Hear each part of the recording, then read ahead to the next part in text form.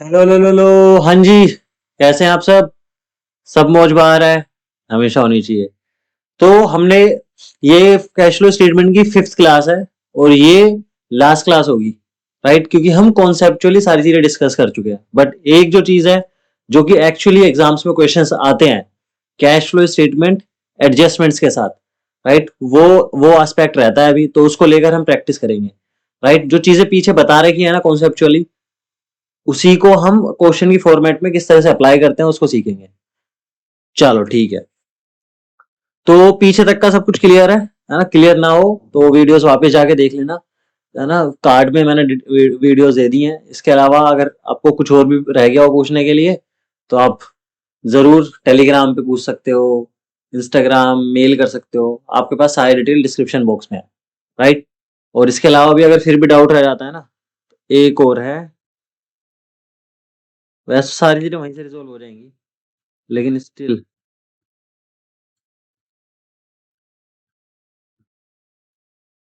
ये मेरा contact number है। कॉल मत करना, व्हाट्सएप कर सकते हो आप। राइट, या नॉर्मल टेक्स्ट भी कर सकते हो। नॉर्मल टेक्स्ट नहीं, वैसे व्हाट्सएप या टेलीग्राम पे रखना, क्योंकि टेलीग्राम पे यही नंबर है। टेलीग्राम है ना, डिस्क्रिप्शन बॉक्स में नंबर यही है उसपे। ठीक है, तो वहां आप कॉन्टेक्ट कर सकते हो। चलो अभी ज्यादा देर ना करते हुए शुरू करते हैं डिस्कशन अपना। तो जो लंबे लंबे बड़े बड़े क्वेश्चंस है ना, वो एक्चुअली एडजस्टमेंट्स वाले ही हैं, और वही एक्चुअली एग्जाम्स में आते हैं। राइट, तो हम उस पे पहले एक क्वेश्चन उठा रहे हैं। ये क्वेश्चन टीएस ग्रेवाल से है। आपको अनसोल्ड में पीछे की साइड जाओगे ना आप, तो आपको दिख जाएंगे।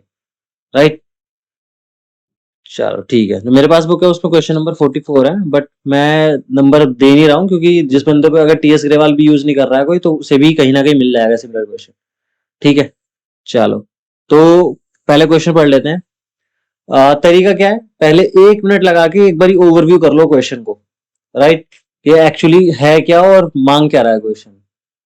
और इसके अलावा फिर एडजस्टमेंट्स देख लो, और उसकी और जो एडजस्टमेंट्स है, पहले एडजस्टमेंट्स जो दे रखी हैं उसको एडजस्ट करने की, उसको किस तरह से डील करना है उसके बारे में सोचना है। उसके बाद अकाउंट्स को देखेंगे जो बैलेंस शीट में दे रखे हैं। Okay sir. तो यहाँ following is the balance sheet of मेवांका लिमिटेड। मेवांका लिमिटेड की बैलेंस शीट है।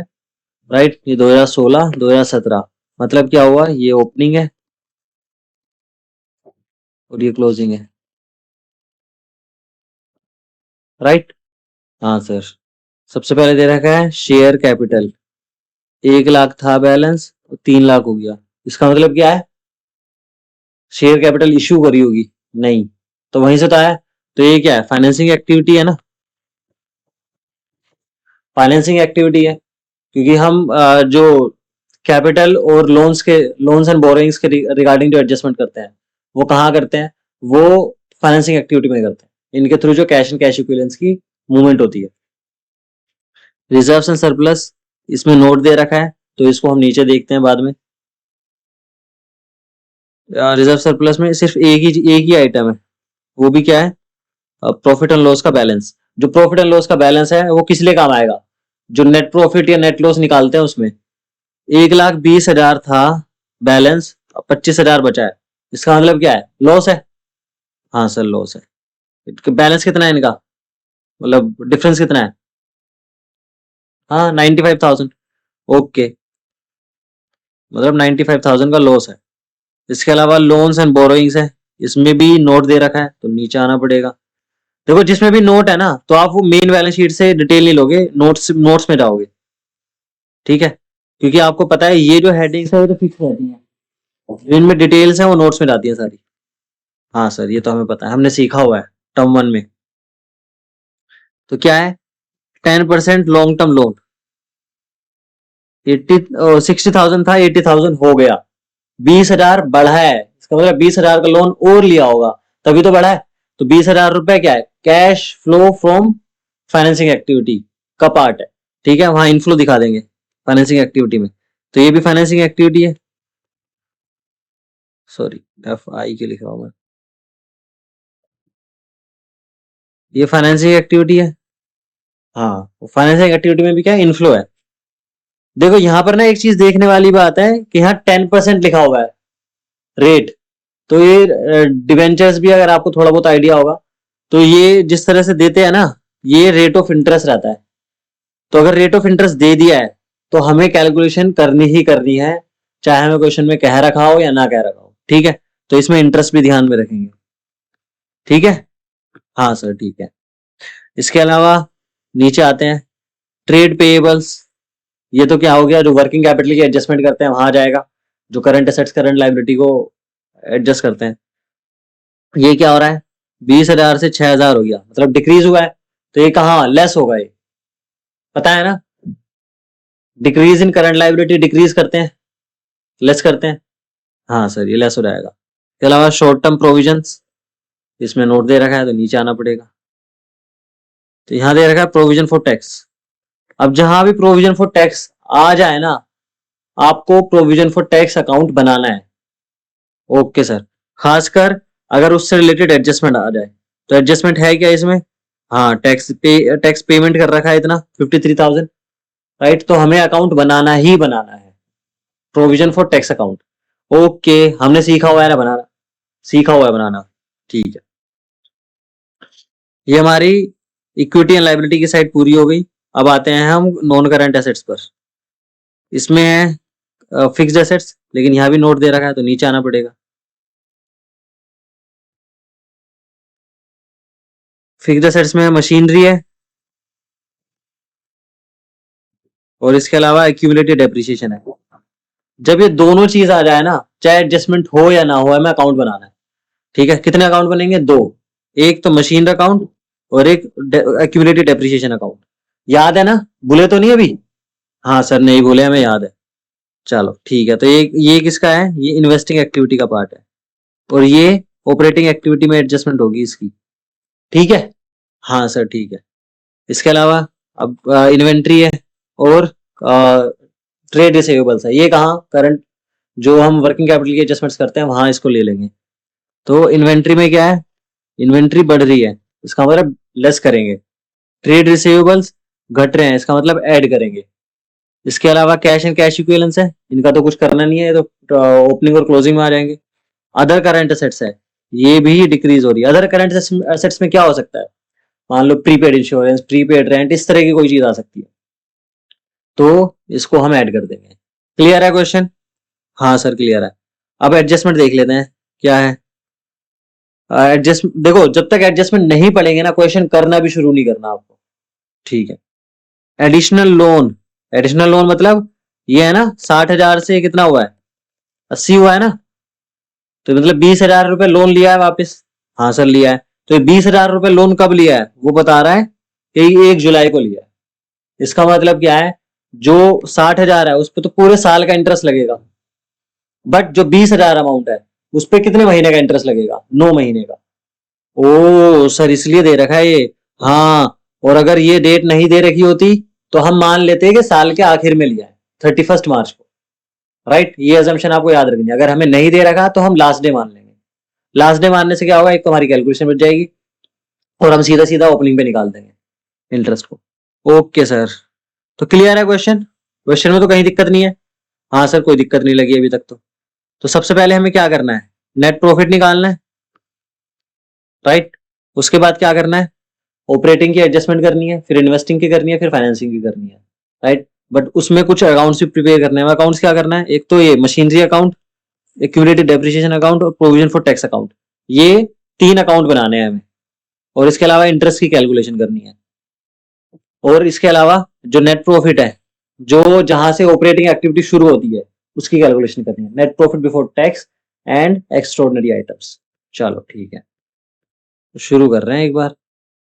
तो ये रहा मशीनरी अकाउंट, मेरे पास है बुक, मैं वहां से देख देख के कर रहा हूँ, बार बार शफल नहीं कर रहा हूँ, बीच बीच में करूंगा आपको समझाने के लिए।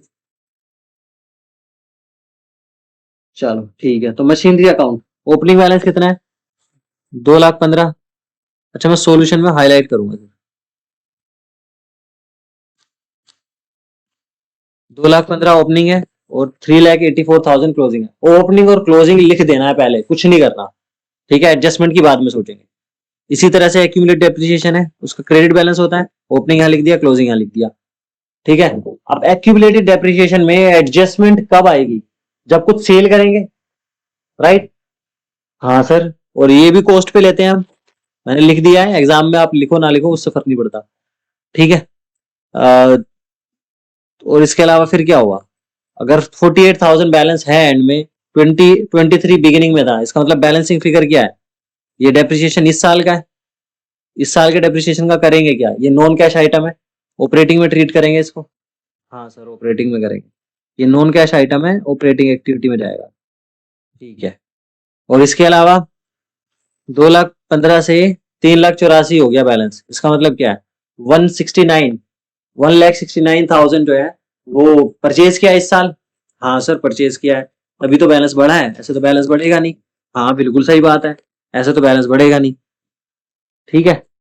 और आगे आते हैं, प्रोविजन फॉर टैक्स अकाउंट में ओपनिंग दे रखा है, क्लोजिंग दे रखा है, बैलेंस बीईडी बैलेंस सीडी, इसमें तो सोचने वाली बात ही नहीं है। जो लाइबिलिटीज होती हैं उनका बैलेंस क्रेडिट होता है, इसका मतलब ओपनिंग क्रेडिट में आएगा, और जो एसेट्स होते हैं उनका बैलेंस डेबिट होता है, राइट? एक्यूमुलेटेड डेप्रिसिएशन का बैलेंस क्रेडिट होता है, ठीक है। अब ओपनिंग और क्लोजिंग लिख दिया, और ये गिवन है हमें टैक्स पेमेंट, राइट? तो फिर बैलेंस क्या बचा? जो इस साल का प्रोविजन बनाया आपने।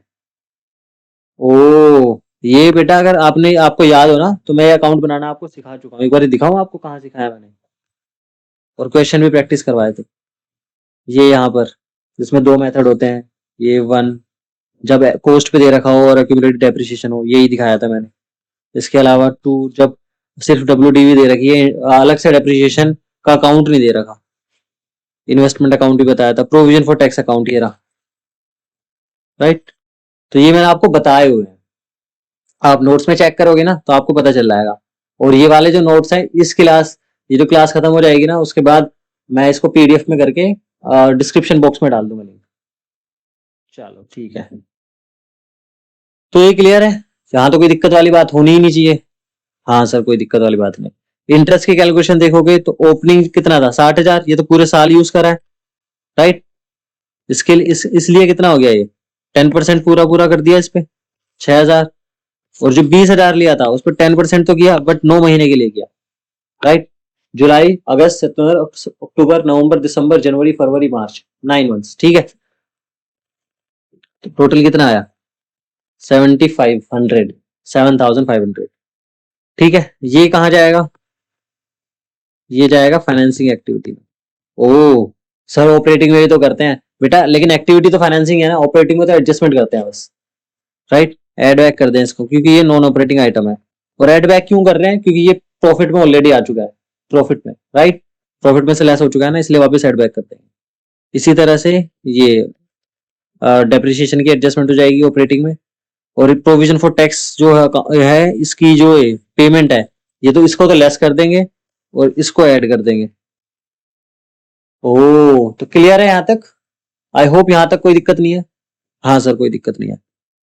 इसके अलावा हम निकालते हैं नेट प्रॉफिट, ये एक्चुअली लॉस है 95,000 का, सोल्व करते पढ़ते हुए हमने देखा था। प्रोविजन फॉर टैक्स ऐड कर दिया, ये वाला अमाउंट कितना आया फिर? 44,000। अब ये 44,000 कहाँ जाएगा? ऑपरेटिंग के बिगिनिंग में, ऑपरेटिंग एक्टिविटी यहीं से शुरू होगी, ठीक है ना? ओके सर, तो एडजस्टमेंट तो सारी हो गई है, अब बस उसको शो करना है profit and loss, or cash flow statement. Net profit for the year, यहाँ प्रॉफिट लिखो या लॉस लिखो उससे फर्क नहीं पड़ता, ज्यादा जो फर्क पड़ता है वो अमाउंट से बनता है, अमाउंट से ही लिखा होना चाहिए। तो नेगेटिव है क्योंकि ब्रैकेट में लिख दिया हमने। डेप्रिसिएशन एड बैक कर दिया, interest on loan add back कर दिया क्योंकि ये नॉन ऑपरेटिंग है, ठीक है, और ये नॉन कैश है, ठीक है। हाँ सर, तो क्या यहाँ से क्या आया? Operating profit before operating before working capital changes 11,500, negative है ये भी। अब ऐड क्या करेंगे? इंक्रीज इन करंट लायबिलिटीज और डिक्रीज इन करंट एसेट्स, और लेस क्या करेंगे? Decrease in current liabilities, increase in current assets. अब ट्रेड रिसीवेबल्स डिक्रीज हो रहे हैं तो ऐड कर दिया, अदर करंट एसेट्स डिक्रीज हो रही है तो ऐड कर दिया, ट्रेड पेएबल्स मतलब करंट लायबिलिटी है, ये भी डिक्रीज हो रही है इसलिए ऐड कर दिया, इन्वेंट्रीज इसका बैलेंस बढ़ रहा है तो इसलिए लेस कर दिया, राइट?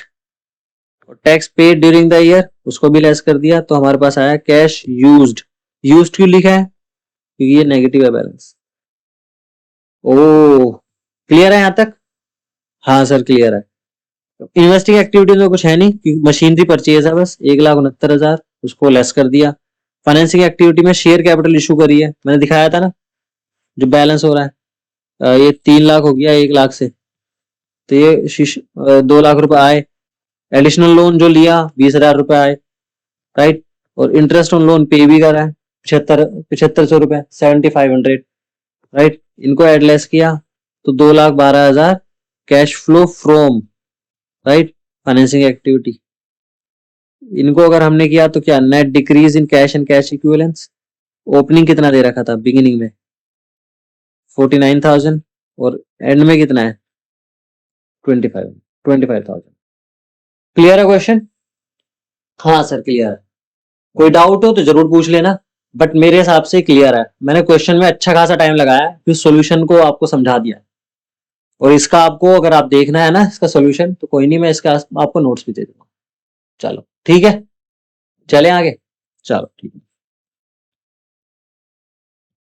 तो नेक्स्ट क्वेश्चन पे चलते हैं। नेक्स्ट क्वेश्चन है from the balance sheet of Kumar limited. Kumar limited की बैलेंस शीट दे रखी है 2019 के लिए और कैश फ्लो स्टेटमेंट मांगी है। ईयर कुछ भी दे रखा हो, हमें मतलब है ये रहा ओपनिंग, ये रहा क्लोजिंग, ठीक है।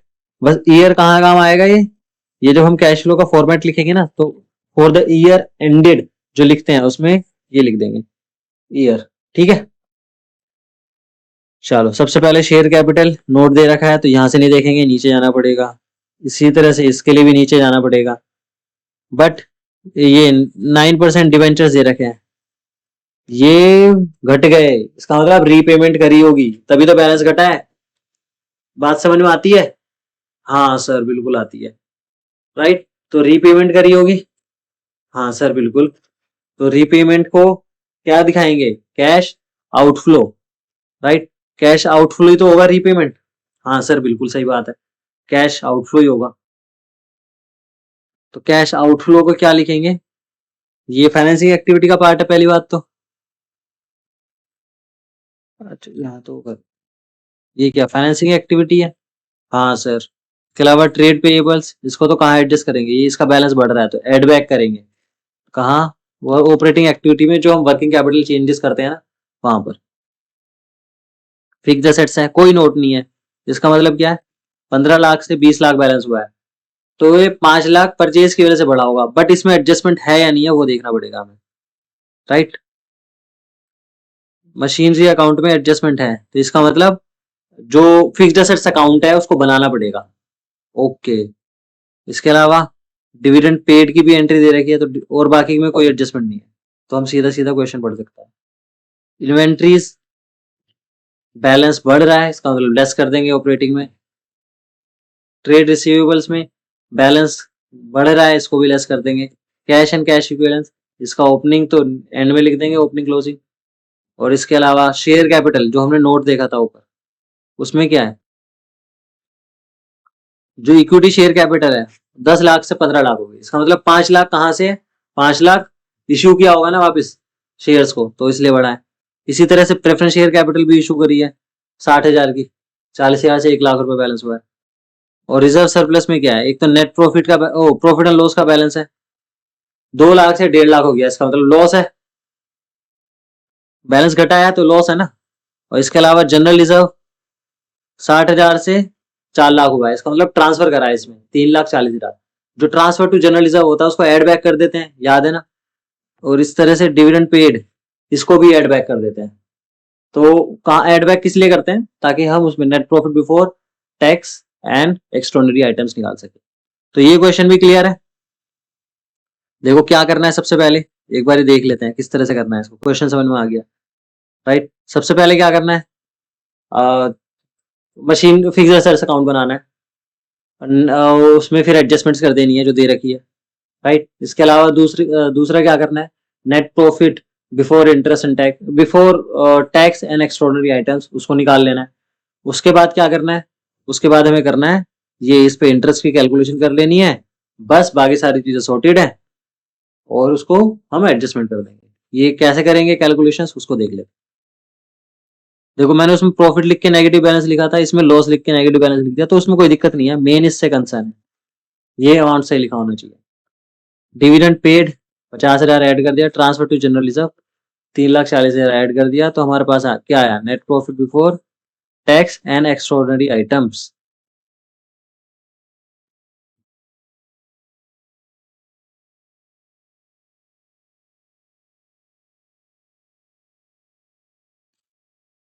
राइट,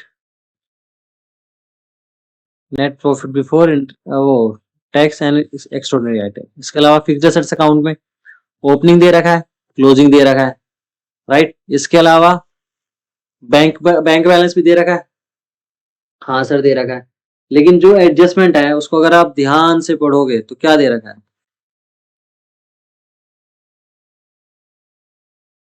अब मशीनरी कॉस्टिंग 20,000 रुपए, सोल्ड फॉर 6,000, 20,000 की चीज को 6,000 में बेच दिया, इसका मतलब क्या है बताओ। इसका मतलब है कि 14,000 रुपए का लॉस है। हाँ, तो ये 14,000 रुपए का लॉस लिख दिया, लॉस हम क्रेडिट में लिखते हैं। राइट, और इसके अलावा बैलेंसिंग टोटल लगाया हमने, बैलेंस फिगर परचेज निकल के आ गई। राइट, परचेज का बैलेंस कितना हुआ, 5,20,000 रुपए। सर इसमें डेप्रिसिएशन का एडजस्टमेंट क्यों नहीं करा, क्योंकि कोई इन्फॉर्मेशन नहीं है हमारे पास डेप्रिसिएशन की, इसलिए हमें इग्नोर करना पड़ा। राइट, अगर मान लो ये डेबिट साइड का बैलेंस बड़ा होता, राइट, क्रेडिट में निकल रहा होता, तो हम बैलेंस शीट का डेप्रिसिएशन ले सकते थे। बट अगर डेबिट साइड में निकल रही है तो एजम्पशन क्या होगी, परचेज ही होगी। ओके, तो कहने का मतलब ये, जब भी डेबिट साइड में बैलेंस निकलेगा या तो वो प्रॉफिट और सेल होगा या फिर वो परचेज होगा, इसके अलावा नहीं हो सकता। वैसे क्रेडिट में निकलेगा तो या तो वो लॉस ऑन सेल होगा या फिर सेल अमाउंट भी हो सकता है या फिर डेप्रिसिएशन भी हो सकता है, एक चीज होगी मिसिंग। ओके, अब इंटरेस्ट निकाल लेते हैं। 6 लाख पे सीधा सीधा 9%। अब जो रीपेमेंट है ना, हमने उसको क्या माना है, तो वो जो रीपेमेंट है वो साल के एंड में करी है। मैं नोट लिख देता हूँ।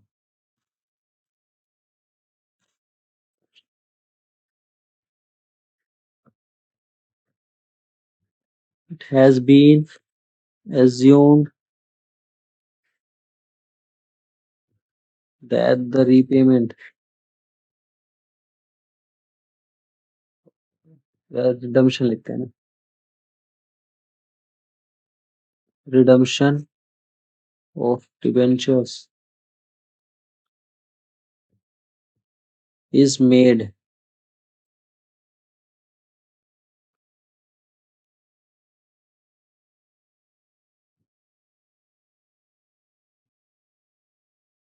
on 31st March 2019।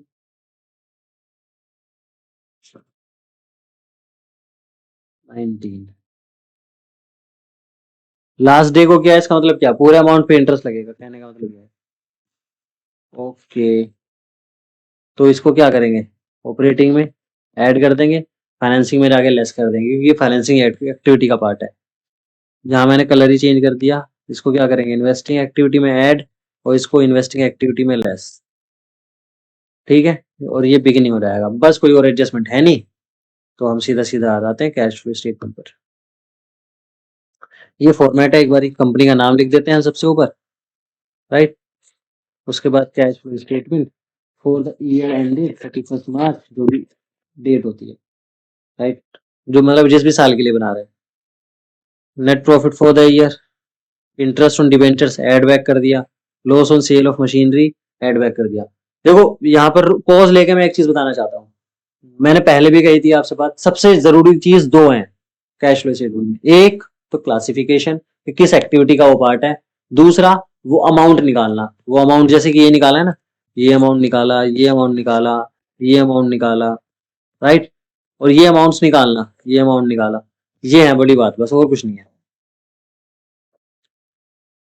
तो operating profit before working capital changes आ गया, increase in trade payables add कर दिया, increase in trade receivables less किया, इंक्रीज इन इन्वेंट्रीज भी लेस कर दिया, तो operating cash flow from operating activities हमारे पास 5,58,000 आया। क्लियर है, हाँ सर क्लियर है। इसी तरह से इन्वेस्टिंग में दो एडजस्टमेंट है, सीधा सीधा 6,000 में बेचा, 5,20,000 में खरीदा, राइट। तो 5,14,000 यूज्ड अमाउंट। फाइनेंसिंग एक्टिविटी में issue of equity shares, issue of preference shares, 5,00,000 और 60,000, सीधा सीधा ये तो इंक्रीज हो रहा था जो। रिडम्पशन ऑफ डिबेंचर्स 2,00,000 रुपए पे किया तो नेगेटिव आ गया। इंटरेस्ट ऑन डिबेंचर्स ये भी नेगेटिव आया। डिविडेंड भी पे किया, ये भी नेगेटिव आया। Cash flow from financing activities की क्या आया, 2,56,000। नेट इंक्रीज सबको ऐड किया इनको तीनों को तो 3,00,000 आया। ओपनिंग 2,00,000 दे रखा था, इसका मतलब क्लोजिंग क्या है, 5,00,000 रुपए। आई होप ये क्वेश्चन भी क्लियर है, बताओ क्लियर है ना। हाँ सर एकदम क्लियर है। चलो आगे चलते हैं फिर।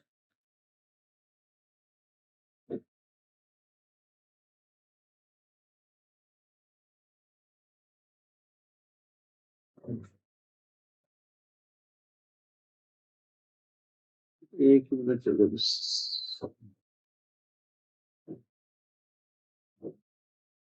देखो ये जो क्वेश्चंस है ना, ये ऑलमोस्ट सिमिलर ही हैं सारे। मैं फिर भी आपको बहुत सारे क्वेश्चन करवाने की कोशिश कर, मैं प्लान कर रहा हूँ कि करवा दूं जितने मैं करवा सकता हूँ। बाकी बात तभी बनेगी कि जब आप खुद करोगे क्वेश्चंस को। जब तक आप प्रैक्टिस नहीं करोगे ना, तब तक बात नहीं बनेगी। आपको लगेगा कि ये भी आता है वो भी आता है, बट जब तक आप खुद नहीं करोगे प्रैक्टिस, तब तक आपको कॉन्फिडेंस नहीं आएगा, राइट। चलो ठीक है, तो नेक्स्ट क्वेश्चन देख रहे हैं। वीरेंद्र पेपर लिमिटेड की बैलेंस शीट दे रखी है 2019 के लिए, राइट। इसमें शेयर कैपिटल है, सीधा सीधा इंक्रीज हो रहा है तो ये इशू किया होगा। इसके अलावा रिजर्व सरप्लस में यही दे दिया बैलेंस इस बार, ये भी बैलेंस बढ़ रहा है, इसका मतलब प्रॉफिट है कितना, 1,05,000 रुपए। हाँ सर 1,05,000 है। इसके अलावा इसका भी बैलेंस यही दे दिया, 10% डिबेंचर्स 4,50,000 से 270 हो गए, इसका मतलब रीपेमेंट करी है। अब रीपेमेंट की डेट दे रखी है क्या, कुछ देखो, कुछ नहीं दे रखी, राइट। और हमें मानने की जरूरत भी नहीं है इसमें, क्योंकि हमें सीधा सीधा इंटरेस्ट दे दिया, तो हम तो इस कैलकुलेशन की जरूरत ही नहीं पड़ेगी इंटरेस्ट, राइट। इसके अलावा ट्रेड पेएबल्स, अच्छा ये वाला जो है ये फाइनेंसिंग एक्टिविटी है, ये ऑपरेटिंग एक्टिविटी में वो नेट प्रॉफिट के लिए एडजस्ट करेंगे, वो नेट प्रॉफिट निकालने के लिए यूज करेंगे इस अमाउंट को। इसके अलावा ये फाइनेंसिंग एक्टिविटी है, रिडम्पशन को सीधा सीधा लेस दिखा देंगे, और इसके अलावा जो इंटरेस्ट पेमेंट करिए वो भी लेस। ट्रेड पेएबल्स, इसको ये इंक्रीज हो रहा है, इसका मतलब एड बैक कर देंगे ऑपरेटिंग एक्टिविटी में। फिक्स्ड एसेट्स का अमाउंट है, लेकिन यहाँ नोट दे रखा है तो नीचे आएंगे। इसके अलावा इन्वेंट्री का बैलेंस घट रहा है तो ऐड कर देंगे, राइट। ट्रेड रिसीवेबल्स का बैलेंस बढ़ रहा है तो लेस कर देंगे। अब ये कैश एंड कैश इक्विवेलेंस को तो इग्नोर ही करो, क्योंकि ये ओपनिंग और क्लोजिंग में एडजस्ट होगा, बस वैसे नहीं होगा कुछ। अब फिक्स एसेट्स में क्या क्या बैलेंस दे रखा है, लैंड दे रखा है, तो लैंड के लिए तो कुछ बनाने की जरूरत नहीं है, सीधा सीधा दिख रहा है। 3,00,000 की लैंड थी, है ना, 2,40,000 की बची है, इसका मतलब 60,000 की जो है वो लैंड को बेच दिया है। अब प्लांट एंड मशीनरी है, एक्यूमुलेटेड डेप्रिसिएशन है, इसका मतलब क्या है, यहाँ पर लैंड अकाउंट आप बनाना चाहो तो बना सकते हो, स्किप भी कर सकते हो इस केस में, बट मैंने बना दिया। इसके अलावा machinery, plant and machinery account और एक्यूमुलेटेड डेप्रिसिएशन अकाउंट, ये सारी चीजें बनेंगी, राइट। उसके बाद करेंगे। अब देखो इंटरिम डिविडेंड पे करा है, इंटरिम डिविडेंड पेमेंट की एडजस्टमेंट क्या होगी, net profit before tax and extraordinary items निकालेंगे, वहां एड बैक करेंगे। बाकी तो इसके अलावा फाइनेंसिंग एक्टिविटी में जाके लेस करेंगे, ठीक है। और इसकी एडजस्टमेंट तो सीधा सीधा आपको पता है, नॉन ऑपरेटिंग आइटम है इसलिए एड बैक कर देंगे इंटरेस्ट ऑन डिबेंचर्स, और इसके अलावा फाइनेंसिंग एक्टिविटी है इसलिए वहां जाके लेस कर देंगे। आई होप क्लियर है। हाँ सर बिल्कुल क्लियर है। चलो आगे चलें फिर। हाँ, तो इसका सोल्यूशन में तो ऐसा कुछ है नहीं, मैं अकाउंट्स बनाने सिखा देता हूँ, बाकी आपको सोल्यूशन दिखा देता हूँ, ठीक है। Net profit before tax and extraordinary items निकालने के लिए सबसे पहले हमने क्या करा,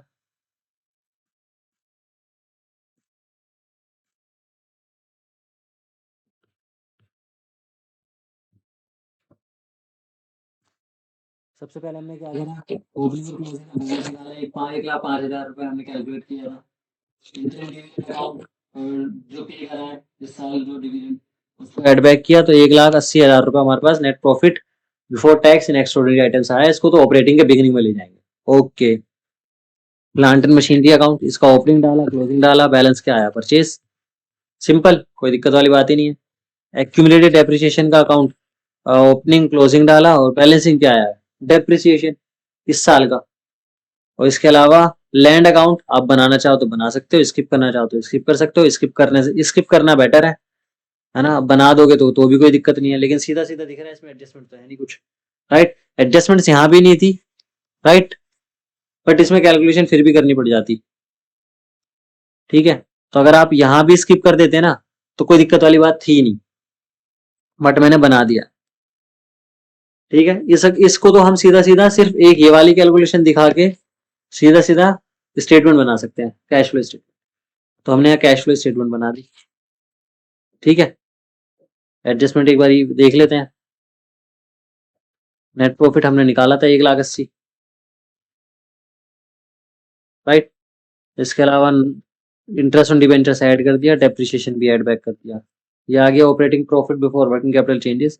इंक्रीज इन ट्रेड पेएबल्स और डिक्रीज इन इन्वेंट्रीज हमने ऐड कर दिया। Increase in trade receivables less करा, तो ये आ गया हमारे पास cash flow from operating activities. अब इन्वेस्टिंग एक्टिविटी में तो क्या, लैंड का एडजस्टमेंट है और उसका है प्लांट एंड मशीनरी, है ना, उसको दिखा दिया। परचेज करेंगे तो पैसा जाएगा इसलिए नेगेटिव, सेल किया तो पैसा आएगा इसलिए पॉजिटिव। अब issue of share, equity shares किया है 1,20,000, 1,20,000 कैसे हुआ, ये 6 लाख से 7,20,000 हो गया था वो। रिडेम्पशन ऑफ डिबेंचर्स 1,80,000 रिडीम किया है, रिडेम्पशन का अमाउंट भी कहाँ से आया, ये है ना, कैलकुलेट बैलेंसिंग फिगर निकालनी है सिंपल। और इसके अलावा इंटरेस्ट ऑन डिबेंचर्स ये तो गिवन था और ये डिविडेंड भी गिवन था। चलो इनको ऐड किया सबको तो नेट इंक्रीज आया 30,000, ओपनिंग वाला ऐड किया, क्लोजिंग आ गया 1,80,000। आई होप क्लियर है। हाँ सर बिल्कुल क्लियर। और चाहते हो और क्वेश्चन करवाऊं मैं, बताओ, बोलो। अच्छा चलो कर लेते हैं, कोई दिक्कत वाली बात है ही नहीं। आप जितने क्वेश्चन कहोगे उतने कर लेंगे, बट बात तभी बनेगी जब आप प्रैक्टिस करोगे खुद, आपको खुद प्रैक्टिस करना बहुत जरूरी है। तो हमें यहाँ क्रिस्टेक लिमिटेड की बैलेंस शीट दे रखी है 2011-12 के लिए, राइट। ईयर से हमें फर्क पड़ता नहीं है, हमें सीधा देखना है ये ओपनिंग है और ये क्लोजिंग है, ठीक है। ये शफल भी कर सकता है आपस में कि यहाँ ओपनिंग दे दे, ये ओपनिंग दे दे और ये क्लोजिंग दे दे, कर सकता है एग्जामिनर चाहे तो कंफ्यूज करने के लिए। तो आपको ध्यान रखना है ईयर। शेयर कैपिटल का अमाउंट है, कोई नोट वगैरह कुछ नहीं है, तो क्या इश्यू ऑफ शेयर कैपिटल सीधा सीधा 4 लाख रुपए फाइनेंसिंग एक्टिविटी में ऐड कर देंगे। हाँ सर, रिजर्व से सरप्लस में सरप्लस दे रखा है balance of profit and loss का, तो इसका मतलब सीधा सीधा ये भी क्या है, 4 लाख से बैलेंस 3,50,000 हो गया, इसका मतलब क्या है, लॉस है 50,000 का। हाँ सर, लॉन्ग टर्म बोरोइंग्स है 3.5 लाख से 4,40,000 बैलेंस हो गया, मतलब 1,10,10 रुपए, 1,10,000 रुपए जो है वो और लोन ले लिया है, तभी तो बैलेंस बढ़ेगा। और इंटरेस्ट के बारे में कुछ इन्फॉर्मेशन दी नहीं है तो इग्नोर कर देंगे अगर नीचे नहीं दे रखा कुछ, ठीक है। बट अगर नीचे एडजस्टमेंट में हम आते हैं तो कंपनी पेड इंटरेस्ट ऑफ 36,000, तो इसको क्या करेंगे, ऐड करेंगे ऑपरेटिंग में, नॉन ऑपरेटिंग आइटम की वजह से, और फाइनेंसिंग एक्टिविटी का पार्ट है तो फाइनेंसिंग एक्टिविटी में जाके लेस कर देंगे। ओके, ये भी फाइनेंसिंग एक्टिविटी में ऐड कर देंगे क्योंकि ये हमने और पैसा उठाया है मार्केट से। अब करंट लायबिलिटी है, राइट, ट्रेड पेएबल्स इंक्रीज हो रही है, इसका मतलब ऐड बैक कर देंगे ऑपरेटिंग में। टेंजिबल एसेट्स है, यूं तो यहाँ कोई एडजस्टमेंट नहीं दिख रही, लेकिन नीचे देखो डेप्रिसिएशन है, तो इसलिए इसका हमें अकाउंट बनाना पड़ेगा, और एक ही अकाउंट बनाना पड़ेगा क्योंकि इसमें एक्यूमुलेटेड डेप्रिसिएशन या प्रोविजन फॉर डेप्रिसिएशन अकाउंट नहीं दे रखा, right. Simple depreciation for the year दे रखा है, तो इसमें कौन सा मेथड फॉलो करेंगे, जो मैंने बताया था उसमें सेकंड वाला डब्ल्यूडीवी पे दे रखा है ना अमाउंट। इन्वेंट्री बढ़ रही है, इसका मतलब लेस कर देंगे। ट्रेड रिसीवेबल्स का बैलेंस बढ़ रहा है इसलिए लेस कर देंगे। बस खत्म है क्वेश्चन। एक बार फिक्स्ड असेट्स अकाउंट देख लेते हैं, और वो ये लॉस तो सीधा सीधा आ गया, कोई एडजस्टमेंट थी नहीं, तो आप ये नोट अगर नहीं भी बनाते तो चल जाएगा, आप सीधा सीधा यहाँ लिख दो net loss for the year 50,000 रुपए। अब फिक्स्ड एसेट्स अकाउंट बहुत सिंपल है, ओपनिंग लिख दिया, क्लोजिंग लिख दिया, डेप्रिसिएशन दिया हुआ था, बैलेंस फिगर क्या आई, परचेस। ओके, तो ये तो बहुत सिंपल क्वेश्चन है। ठीक है, 50,000 लॉस है, interest on long term borrowings add back कर दिया, और इसको एड बैक यहाँ किया है, बट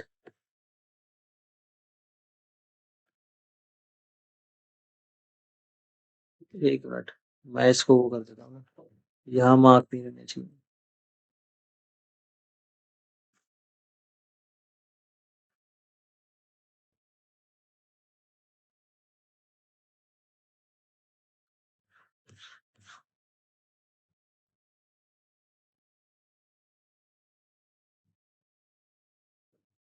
ठीक है, तो अगर इसको नहीं भी बनाओगे तो चल जाएगा, राइट। और ये हमें आ गया है बैलेंसिंग फिगर परचेज अमाउंट, क्योंकि हमें सारी चीज दे रखी थी। डेप्रिसिएशन यहाँ हमने ऐड बैक कर दिया, operating profit before working capital changes आया, increase in trade payables add कर दिया, increase in trade receivables less कर दिया, इंक्रीज इन इन्वेंट्रीज लेस कर दिया, तो बैलेंस क्या आया, cash flow, cash used in operating activities. Investing में एक ही ट्रांजेक्शन है, परचेज जो करी है मशीनरी, और इसके अलावा इश्यू ऑफ शेयर्स इन्वेस्टिंग का पार्ट है, और जो debentures, sorry long term borings और रेस करी है 90,000 की, वो भी आ गया, और 90,000 है ना,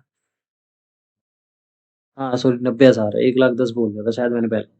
ठीक है, और इंटरेस्ट जो गिवन था उसको लेस कर दिया, 4,54,000 रुपए यहाँ आया, और हमने इस सबको ऐड किया तो नेट डिक्रीज आया 30,000 रुपए, राइट। इसको आप ब्रैकेट, ठीक है,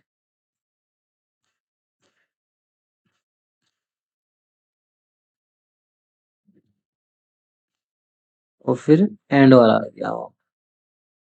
आई होप क्लियर है ये सब। हाँ सर एकदम क्लियर है, अभी तक तो समझ में आ रही है चीजें। सर ये तो सिंपल लग रहे हैं क्वेश्चन। हाँ बेटा इतने ज्यादा मुश्किल थोड़ी ना है ये। अगला क्वेश्चन देखें। हाँ सर अगला क्वेश्चन देखते हैं। सर हमें भी दे दो कुछ करने के लिए। बेटा क्वेश्चन बीच में मैंने छोड़ दिए हैं, जो भी छूटे हैं सारे आपको करने हैं। ओ सर ये क्वेश्चन हम ट्राई करना चाहते हैं पहले। अच्छा आप ट्राई करना चाहते हो, तो चलो मैं आपको करके दिखा देता हूँ।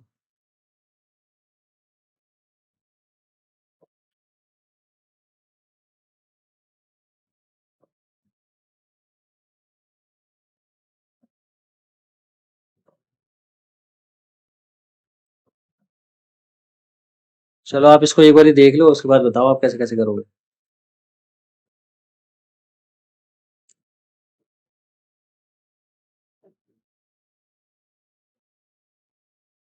राइट, आपको समझ में आ रहा है, आपको क्वेश्चन ही दिख रहा है ना बस। एडिशनल इन्फॉर्मेशन और देख लो, एडिशनल इन्फॉर्मेशन क्या है। ओ सर इसमें तो बहुत सारी एडजस्टमेंट आ गई। नहीं नहीं सर ये तो हम आप कर दो, आप कर दो। बेटा आप ट्राई करो उसके बाद हम करते हैं। ठीक है, देखो एक बार क्वेश्चन को। जिस पर टीएस ग्रेवाल है ना, मेरा 51 है क्वेश्चन नंबर, और ये फिलिप्स इंडिया लिमिटेड की बैलेंस शीट है।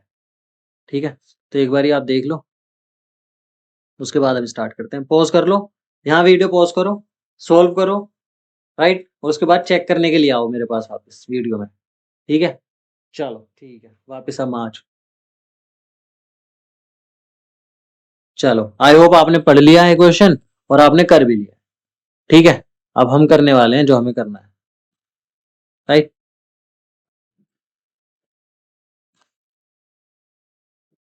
तो फिलिप्स इंडिया लिमिटेड की बैलेंस शीट दे रखी है, ओपनिंग है ये, अपने को तो यही मतलब है। डेट से क्या मतलब है, फॉर्मेट में बस एक ही बार लिखना है मैं तो, राइट।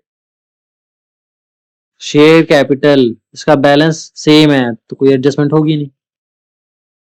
ठीक है, रिजर्व्स एंड सरप्लस, इसमें नोट दे रखा है नीचे, तो भी आते हैं नोट को देखते हैं। नॉन करंट लायबिलिटी में 10% मॉर्गेज लोन है, इसका मतलब क्या है, और ये पहले नहीं था ओपनिंग में, अभी अब लिया है।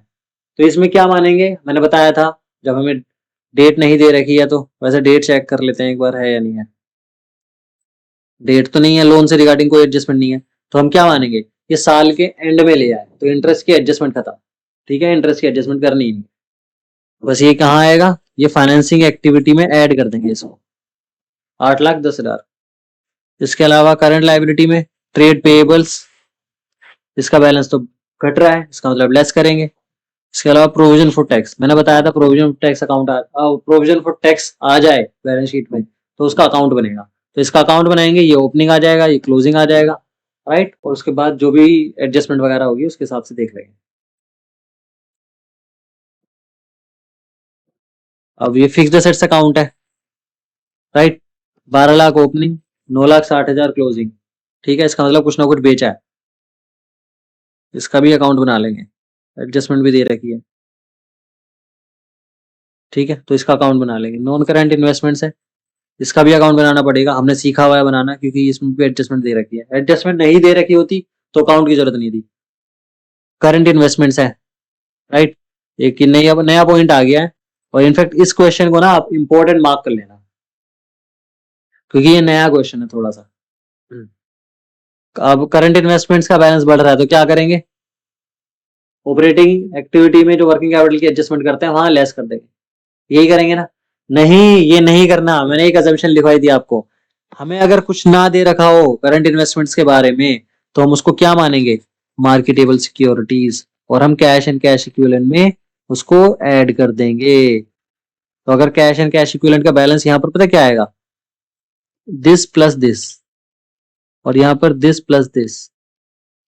ओ, क्लियर है। हाँ सर क्लियर है, ये तो नया पॉइंट है, आप सही कह रहे थे, हाँ नया है ना। तो इन्वेंट्री है, ये तो सिंपल है, बैलेंस घट रहा है तो ऐड कर देंगे। ट्रेड रिसीवेबल्स है, बैलेंस बढ़ रहा है तो इसको लेस कर देंगे। अब हमें रिजर्व सरप्लस दे रखा था, right. Surplus profit and loss का बैलेंस 1,68,000 से 2,04,000 हो गया, इसका मतलब प्रॉफिट हुआ है, राइट। प्रॉफिट है, कितना प्रॉफिट है, 36,000 रुपए, ठीक है, 36,000।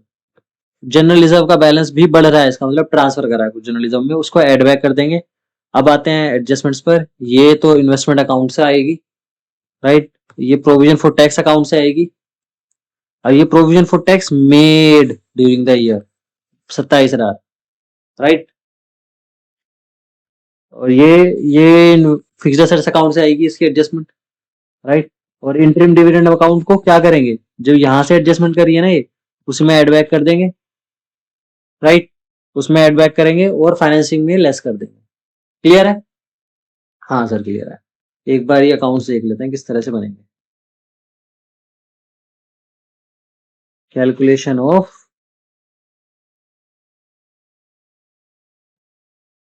ये रहा, ये क्वेश्चन है, ये क्वेश्चन है ना। नेट प्रॉफिट, ये दोनों का डिफरेंस निकाला,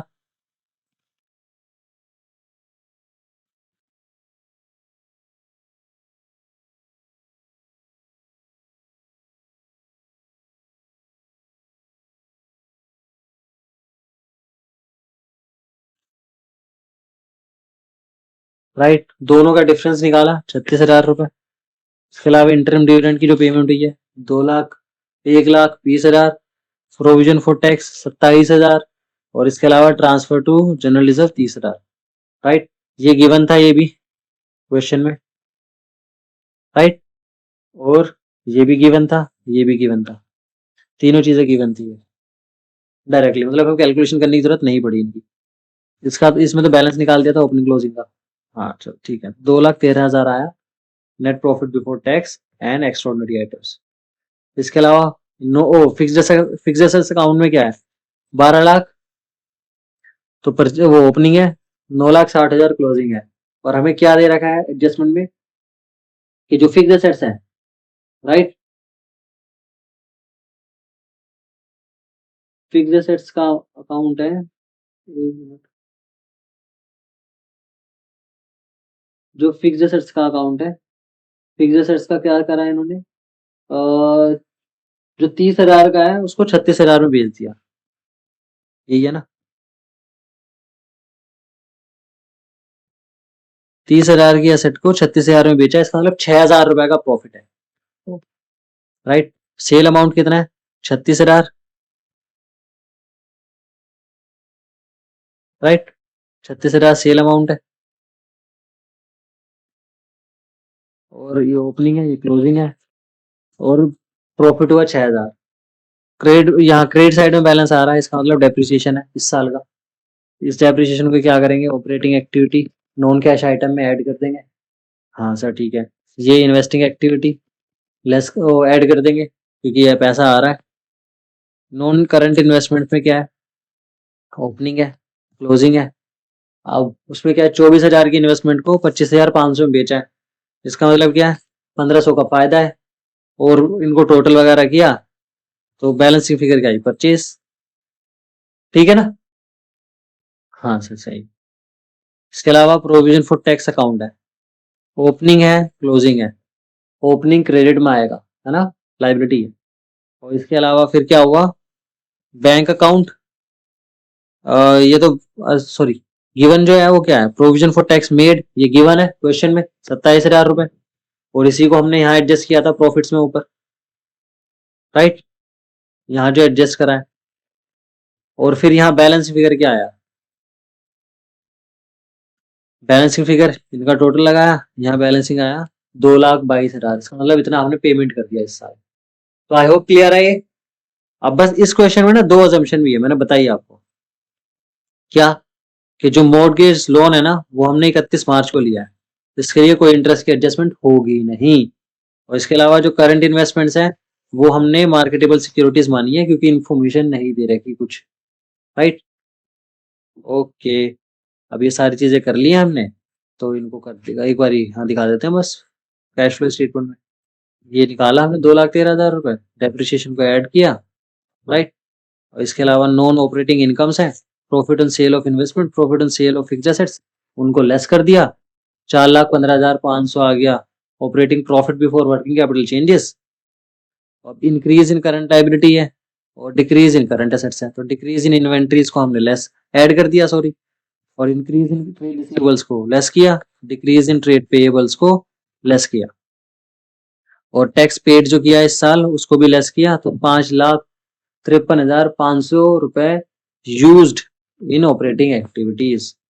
ओके, अब इन्वेस्टिंग में और फाइनेंसिंग में तो ज्यादा दिक्कत होने नहीं वाली। सेल प्रोसीड्स है फिक्स्ड एसेट्स की 36,000 रुपए, सेल प्रोसीड्स है नॉन करंट इन्वेस्टमेंट्स की 25,500 रुपए, और परचेज है नॉन करंट इन्वेस्टमेंट 54,000 रुपए, तो 7,500 रुपए cash flow from investing activities. Mortgage loan लिया है इसलिए 8,10,000 रुपए आ गया फाइनेंसिंग में, राइट। इंटरिम डिविडेंड पे किया है इसलिए 1,20,000 आ गया, पेड है ना, 1,20,000 आ गया लेस, नेगेटिव बैलेंस। तो टोटल इनका किया तो हमने cash flow from financing activity आया 6,90,000, इन सबको ऐड किया तो नेट इंक्रीज आया 1,44,000। अब देखो जो मैंने बताया था ना, ये तो कैश एंड कैश इक्विवेलेंट का बैलेंस दिया हुआ था और ये करंट इन्वेस्टमेंट्स, इन दोनों का टोटल किया 4,47,000, राइट। 5,70,000 रुपये दे रखा था बैलेंस, 21,000 और ऐड किया तो 5,91,000। आप चाहो तो ये कैलकुलेशन स्किप कर सकते हो, राइट। दिखाओ तो आपकी मर्जी, ना दिखाओ तो भी आपकी मर्जी, ठीक है, कोई दिक्कत वाली बात नहीं है। मतलब ओपनिंग में दिखा देना, क्लोजिंग में ना दिखाओ तो चलेगा। क्लियर है, ये क्वेश्चन बहुत इंपॉर्टेंट था, राइट। और इस तरह के क्वेश्चन एग्जाम में आ सकते हैं और आते हैं, ठीक है। आप बताओ क्या रह गया फिर, और कुछ करवाना है। हाँ सर हाँ, एक क्वेश्चन और, बस एक क्वेश्चन और, चलो एक क्वेश्चन और करवा दें, चलो एक क्वेश्चन और करेंगे, उसके बाद आप घर से करोगे क्वेश्चन। हाँ सर, सर आप मुझे क्वेश्चन नंबर बता दो कौन से करने हैं। बेटा सारे जो क्वेश्चन बच गए हैं ना वो सबको सारे आपको घर से करने हैं। अच्छा, चलो, तो हम एक बार क्या करते हैं, चलो ये वीडियो की ना लेंथ लंबी हो गई है, बट ये क्वेश्चंस करना जरूरी है, और आप इसको कर भी रहे हो, ठीक है ना। हाँ सर, हम बिल्कुल बिल्कुल कर रहे हैं, पक्का पक्का। या जो ये वाला क्वेश्चन है ना, इसका सॉल्यूशन मैं आपको दे दूंगा, बट ये क्वेश्चन आप ट्राई कर रहे हो, राइट। आप चाहो तो जब डिस्क्रिप्शन में आ जाएगा ना लिंक, तो ये एंड में जो क्वेश्चन दे रखा है अब वो आप कर लेना, ठीक है। दो क्वेश्चन है, एक ये रहा, एक तो ये वाला करना है आपको, और एक नीचे वाला, ठीक है। ये क्वेश्चन आप ट्राई कर लेना एक बार, और उसके बाद मैं, अगर आपको जरूरत पड़ेगी तो मुझे बता देना, मैं आपको ये क्वेश्चन करवा दूंगा बाद में। ठीक है, इसका सॉल्यूशन वैसे मैं दे रहा हूँ। ठीक है। अब वैसे और जो क्वेश्चन है ना, और कुछ क्वेश्चन भी आए थे। क्वेश्चन कौन से वाले जो इस बार सैंपल पेपर में है ना, उस क्वेश्चन को एक बार ही पढ़ लेते हैं और एक बार ही देख लेते हैं उसको कैसे करना है। राइट, करोगे? हाँ सर, बिल्कुल करेंगे।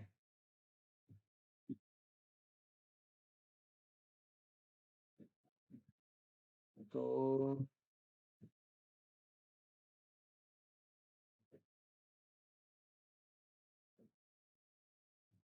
हाँ,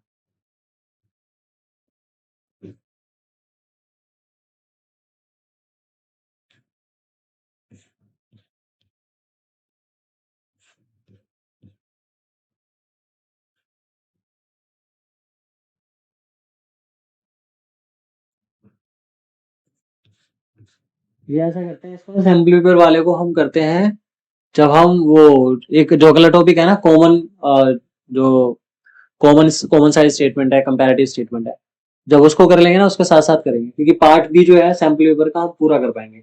तो ये जो रिमेनिंग क्वेश्चंस हैं, दो क्वेश्चन छोड़ दिए मैंने जिसका सॉल्यूशन मैं दे रहा हूँ आपको, ये आप ट्राई करोगे, और अगर नहीं होता तो आप मुझे बताओगे, उसके बाद मैं करवाऊंगा आपको। ठीक है ना? हाँ चलो सर, ठीक है। तो बाय बाय। बाकी जितने भी क्वेश्चन बचे हैं कैश फ्लो स्टेटमेंट के, जितने भी बचे हैं, आपको सारे करने ही करने हैं, क्योंकि आप सारे नहीं करोगे ना तो कॉन्फिडेंस नहीं आएगा। और अपना टारगेट क्या है, ये जो अभी टर्म टू में है ना, इसकी वेटेज आप मान के चलो, कैश फ्लो स्टेटमेंट की वेटेज कितनी है, 5 से 8 मार्क्स के आसपास आ जाएगा क्वेश्चन। अभी सैम्पल पेपर भी देखोगे ना तो उसमें भी 8 मार्क्स का है। तो हमें पूरे पूरे नंबर चाहिए इसमें, एक भी नंबर कटना नहीं चाहिए अपना। ठीक है, तो इसके लिए हमें प्रैक्टिस चाहिए होगी। चलो ठीक है फिर, बाय बाय, टेक केयर, और हम मिलते हैं अगली क्लास में। आप चैनल को जरूर सब्सक्राइब कर देना और इन वीडियोस को जरूर शेयर करना। कैश फ्लो स्टेटमेंट हमारा यहाँ आज खत्म हो जाता है, अगर आपके डाउट्स होते हैं तो उसके लिए मैं अवेलेबल हूँ। ठीक है, कॉन्टैक्ट नंबर अगर आपने नोट नहीं किया तो मैं आपको फिर से बता देता हूँ, बट कॉल मत करना यार। 9968230941।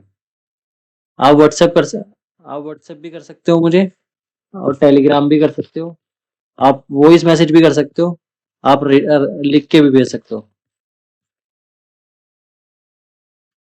ठीक है, 9968230941। ठीक है, आप जैसा आपको सही लगे आप वैसे कर लेना। Bye bye. ठीक है, ओके। चलो तो नेक्स्ट नेक्स्ट क्लास में मिलते हैं नए टॉपिक के साथ। Bye bye.